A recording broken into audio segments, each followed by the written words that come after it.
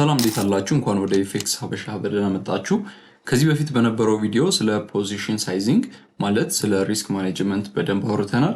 ዛሬ ደግሞ የተለያዩ ነገሮችን የምንማርበት ይሆናል። ለምሳሌ ማርኬቱ ላይ ስላሉ ፕራይሶች፣ እንደዚሁም ደግሞ ብሮከሮች ምን አይነት ትርፍ ነው የሚያገኙት፣ ስፕሪድ ስለሚባለው ነገር እናወራለን።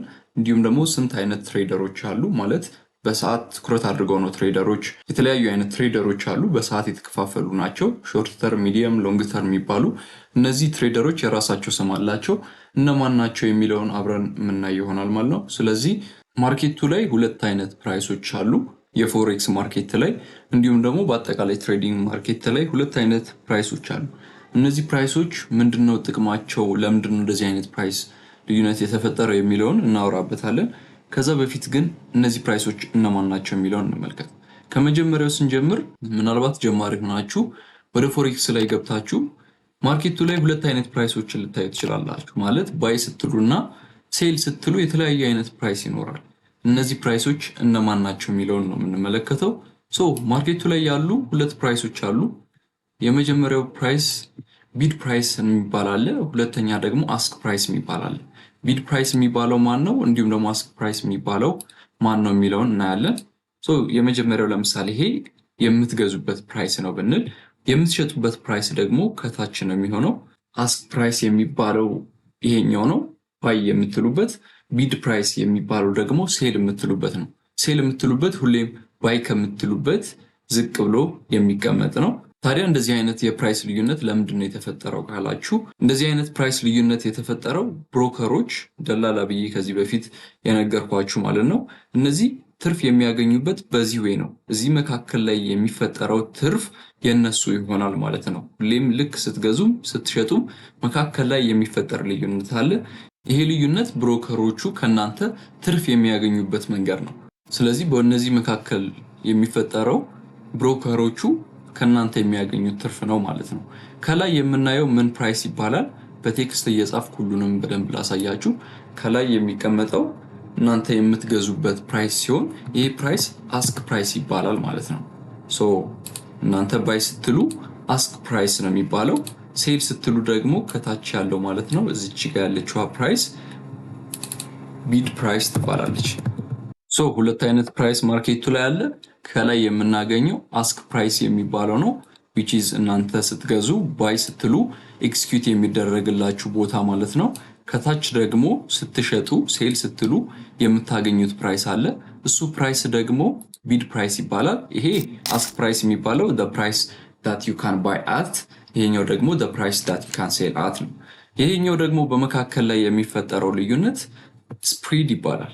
ይሄ ነው ብሮከሮች ከናንተ የሚያገኙት ትርፍ ያልኳችሁ ማለት ነው። ስፕሪድ የሚባለው በአስክ እና በቢድ ፕራይስ መካከል ወይም ደግሞ በባይ እና በሴል መካከል የሚፈጠር የዋጋ ልዩነት ስፕሪድ ይባላል ማለት ነው። ስፕሪድ ታዲያ ጥቅሙ ምንድነው? ብሮከሮቹ ከናንተ ገንዘብ የሚያገኙበት መንገድ ነው። ስፕሪድ ብቻ አይደለም፣ ኮሚሽን፣ ስዋፕ የሚባሉ የተለያዩ ብሮከሮች ገንዘብ ለማግኘት የሚጠቀሙባቸው መንገዶች አሉ። ስፕሪድ የሚባለው ግን ከብሮከር ብሮከር ይለያያል። ለምሳሌ አንድ ብሮከር ሰፋ ያለ ስፕሪድ ይኖረዋል፣ አንድ ብሮከር ደግሞ ጠበብ ያለ ስፕሪድ ይኖረዋል። ያ ብሮከር ጥሩ ነው የሚያስብለው ስፕሪዱ ጠበብ ሲል ነው ማለት ነው። ሌላም ደግሞ ኮሚሽን እና ስዋፕ የሚባል አለ። ልዩነቱን ልንገራችሁ። ኮሚሽን የሚባለው ፊክስድ አማውንት ነው። ለምሳሌ በዚህ ሎት ሳይዝ ይህንን ያክል ኮሚሽን እንቆርጣለን ብሎ ብሮከሩ ግልጽ በሆነ መልኩ ይናገራል። ስለዚህ ኮሚሽኑ ሁሌም ቢሆን አይለዋወጥም ማለት ነው። ስፕሪድ ግን ከሰዓት ሰዓት ከሰከንድ ሰከንድ ልዩነት ይፈጥራል ማለት ለምሳሌ ስፕሪዱ ከፍ ሊል ይችላል። ታዲያ በመካከል በአስክ እና በቢድ ፕራይስ መካከል ሰፊ ልዩነት ይፈጠራል። እናንተ ላይ ብዙ ኪሳራ ያደርሳል ማለት ብዙ ገንዘብ እንድታወጡ ያደርጋል። ምክንያቱም ስፕሪዱ ተለቅ ስለሚል ማለት ነው።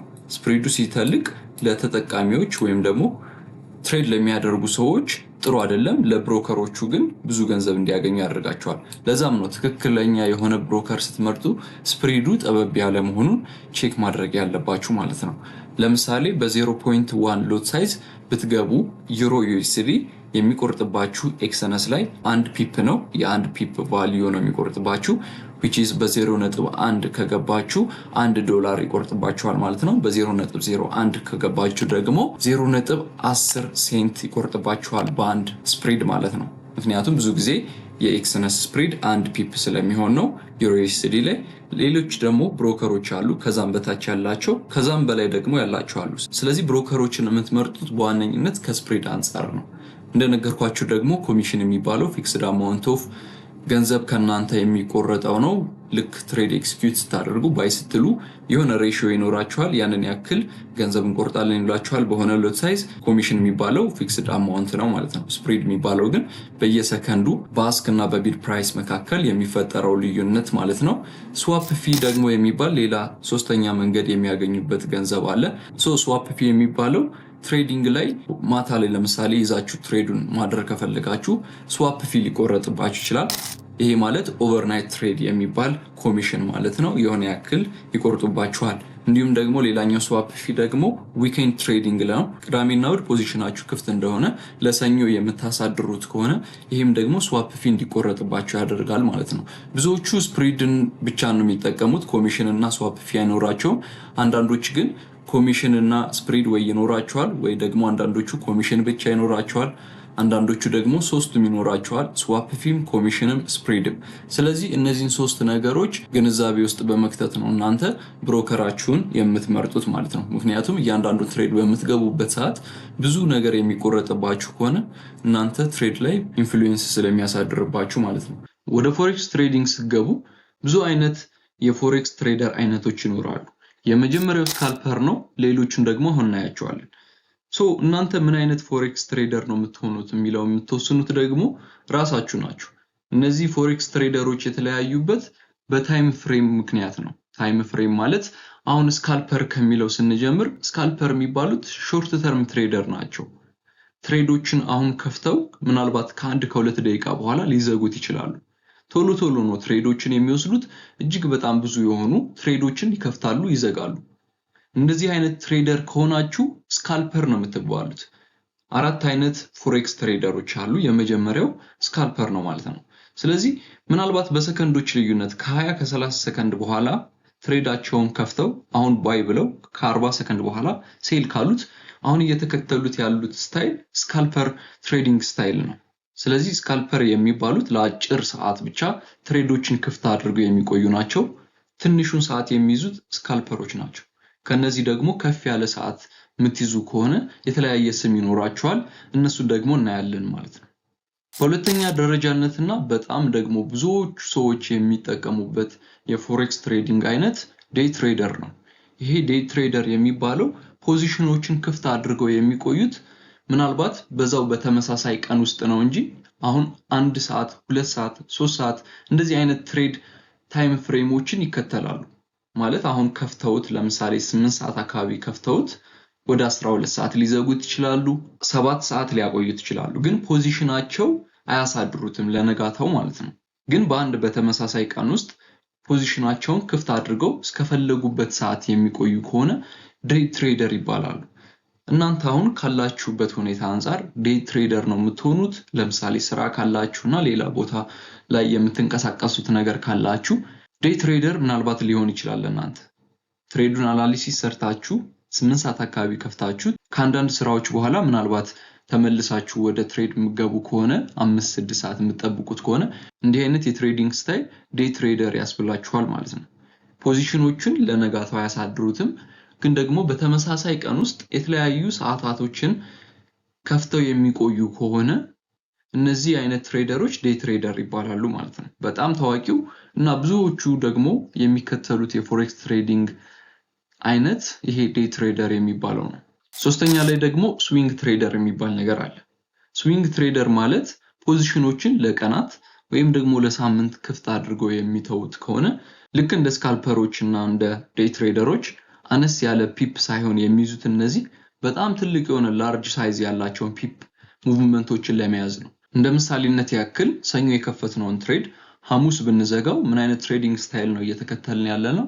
ስዊንግ ትሬዲንግ ስታይል ነው። ምክንያቱም ፖዚሽኖችን ለቀናቶች ክፍት አድርገን እየተውን ስለሆነ፣ ወይም ደግሞ ለሳምንታትም ከተሆነው 2 ሳምንት 3 ሳምንት ትልቅ የሆኑ ሙቭመንቶችን ለመያዝ ክፍት አድርገን ከተሆነው ይሄ የትሬዲንግ አይነት ስዊንግ ትሬደር ያስብላል። ስለዚህ ስራ የሚያጨናንቃችሁ ከሆነና ለትሬዲንግ ደግሞ ብዙ ቦታ ሰዓት መስጣት ማትችሉ ከሆነ ስዊንግ ትሬደር ስታይል የናንተ ይሆናል ማለት ነው። እነዚህ ብዙ ጊዜ ቀለል ያሉ ፍላክቹዌሽኖች ላይ ፎከስ አያደርጉም።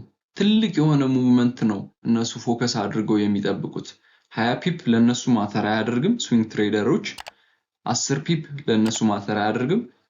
ሞር እነሱ ለመያዝ የሚፈልጉት 200 300 እንደዚህ አይነት ፒፕ ያላቸውን ፕራይሶች ነው ካፕቸር ለማድረግ የሚሄዱት ማለት ነው። ስለዚህ ስዊንግ ትሬደር ከሆናችሁ ፖዚሽኖችን ክፍት አድርጋችሁ ለቀናት እንዲሁም ደግሞ ለሳምንታት ትተውታላችሁ ማለት ነው። ግን ክፍት አድርጋችሁ ስትቆዩ በመካከል ላይ በቀናቶች ውስጥ የሚፈጠሩ የተለያዩ ኒውሶች ሊኖሩ ይችላሉ።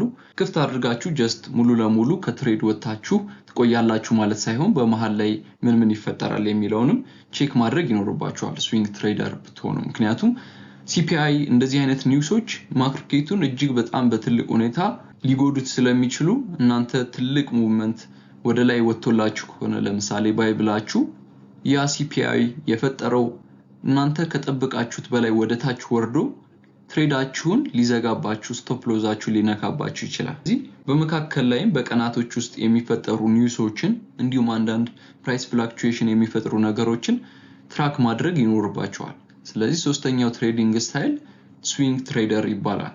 አራተኛ ላይ ደግሞ ያለው ፖዚሽን ትሬደር ይባላሉ። እነዚህ ትሬደሮች ትሬዳቸውን ለሳምንታት፣ ለወራት ኢቭን ደግሞ ለአመታት ከፍተው የሚተው ከሆኑ ፖዚሽን ትሬደር ይባላል። አንድ ሰው ያው እንደ ጀማሪ ፎሬክስ ትሬደር መቼም ፖዚሽን ትሬደር ሊሆን አይችልም። ግን በደንብ ልምድ ካካበተ በኋላ እነዚህን ነገሮች ሊሰራ ይችላል። ለአመታት ክፍት አድርጎ የሚቆይ ትሬደር ሊኖር ይችላል። ብዙ ላይሆኑ ይችላሉ፣ ግን እንደዚህ የሚያደርጉ ትሬደሮች ፖዚሽን ትሬደሮች ይባላሉ። ለሳምንታት ለምሳሌ 5 ሳምንት ወይ ደግሞ 3 ወር 4 ወር ክፍት አድርገው ትልቅ የሆነ ፕራይስ ሙቭመንት 1000 ፒፕ 2000 3000 ፒፕ ሊፈጠር ይችላል። እነዚህን ካፕቸር ለማድረግ የምትሄዱ ከሆነ ደግሞ ፖዚሽን ትሬደር ትባላላችሁ። ስለዚህ በዋናነት ፎሬክስ ትሬደሮች በእነዚህ 4 መልኩ ይከፈላሉ ማለት ነው። የመጀመሪያው ስካልፐር ነው፣ ሁለተኛው ዴይ ትሬደር ነው፣ ሶስተኛው ስዊንግ ትሬደር ነው፣ አራተኛው ደግሞ ፖዚሽን ትሬደር ነው። ስለዚህ ታይምን ቤዝ አድርገው ትሬደሮች ይከፋፈላሉ። እናንተ ምን አይነት ፎሬክስ ትሬደር ነው መሆን የምትለውን የምትመርጡት ራሳችሁ ናችሁ። ግን ይሄ የሚመጣው ከልምድ አንፃር ነው። መጀመሪያ ላይ ብዙዎቹ ስካልፐር ሆኖ ነው የሚጀምሩት፣ ምክንያቱም ማርኬቱን በደንብ መረዳት ስለሚኖርብን። ከዛ በኋላ ዴይ ትሬደር ምናልባት ደግሞ ስዊንግ ፖዚሽን እያልን እንሄዳለን ማለት ነው እንጂ ቀጥታ ወደ ፖዚሽን ብትሉ ጀስት ገስታችሁ ብቻ ማርኬቱ ላይ ምን እንዳለ በደንብ ሳትማሩ ፖዚሽን ትሬደር ልትሆኑ አትችሉም። ከስካልፐር ጀምራችሁ ለእናንተ የሚሆነውን የምትመርጡት እንደዚህ ነው ማለት ነው። ብዙዎቹ ግን እኔም ቢሆን የምከተለው ትሬዲንግ ስታይል ስካልፐር እና ዴይ ትሬደር የሚባለው ነው። ከዛ ውጪ ብዙም ትሬዶችን ሆልድ አላደርግም። ወይ በቀናት ውስጥ ከ5 ከ4 ሰዓት በኋላ ልዘጋ እችላለሁ ትሬድ፣ ወይም ደግሞ እዛው በ2 በ3 ደቂቃ ውስጥም ትሬዶችን ልዘጋ እችላለሁ እንደ ሁኔታው ነው። ስለዚህ ምን አይነት ፎሬክስ ትሬደር ነው መሆን የሚችለው የሚለውን የምትወስኑት ራሳችሁ ናችሁ። እነዚህ የፎሬክስ ትሬደር አይነቶች ናቸው። ታይምን ቤዝ አድርገው የተለያዩ አይነት ፎሬክስ ትሬደሮች ይኖራሉ ማለት ነው። የዛሬው ቪዲዮአችን ይህንን ይመስል ነበር። በቀጣይ ቪዲዮ አገኛችኋለሁ። ቻው።